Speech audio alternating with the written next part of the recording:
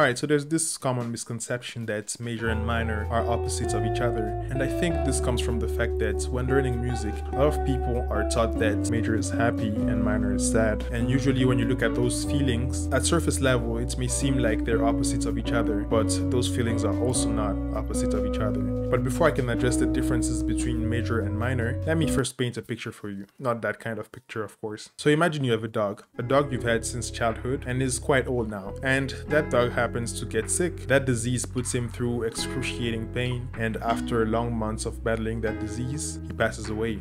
So at first you feel sad because of course he's no longer with you and you can't share those moments with him anymore. But then you also feel a little bit happy because he's no longer in pain. And after looking at the memories, you realize that he was a good boy and had a good life. And that moment, my friend, is what you call bittersweet. Which brings me to one of the main points of this video, which is context.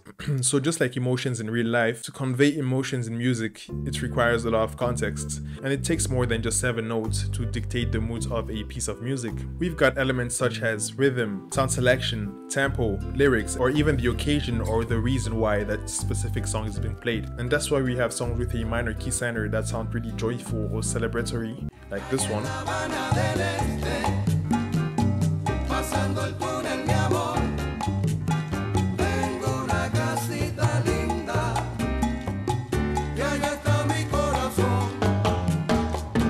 Other pieces of music with a major key center that sound really sad, like this example.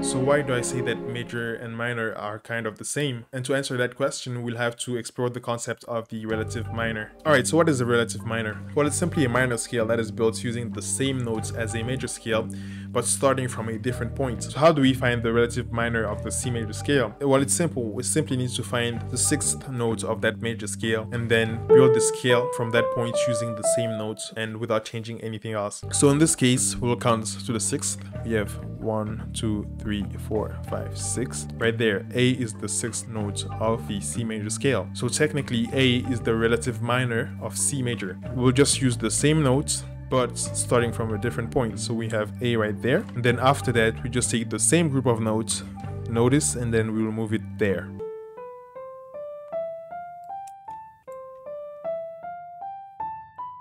And now with this information, what you can do is, instead of treating major and minor as opposite feelings, try to see them more as extensions, complements, or even alternatives of each other. Let's start with extensions. Okay, so let's start by building a C major chord. We have C right there, E, G. So now, if I wanted to turn this into a minor chord of some kind, what would I do? So I could drop the 3rd and turn it into a C minor, or I could leave it right there and turn it into an A minor. So now it becomes an A minor 7. But at the same time, we have turned this C major into a C major 6. If you remember what I said earlier on, you remember that A is the 6th note of our scale. So now it's also a C major 6. So this is the C major 6. And this is the A minor 7. So as you can see, we can have multiple chords in one chord, and depending on the context that we apply it in, this can sound like either of the two, or even none of the two. Let's apply some context to this.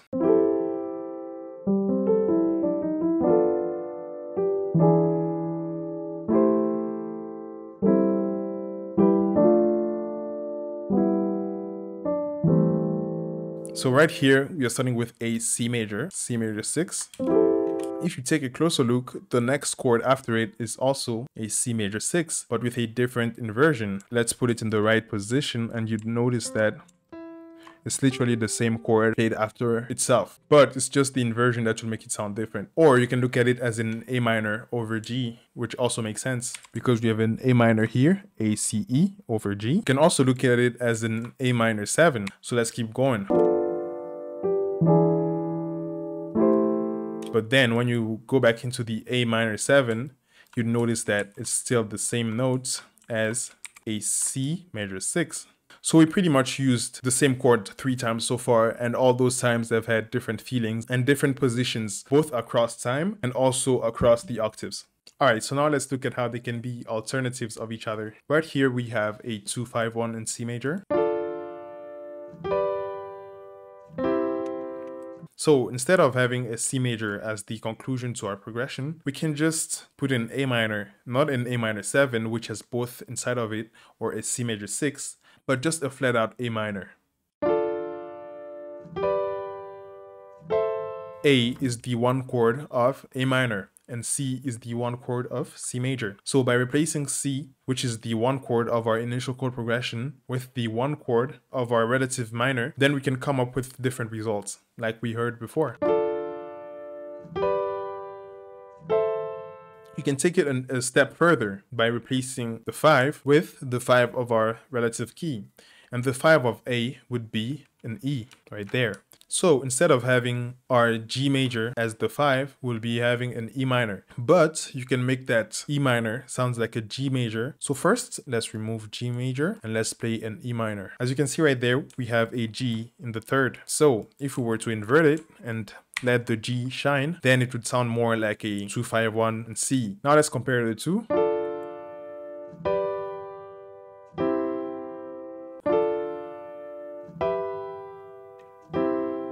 And if we can invert our C as well, then it can sound more coherent.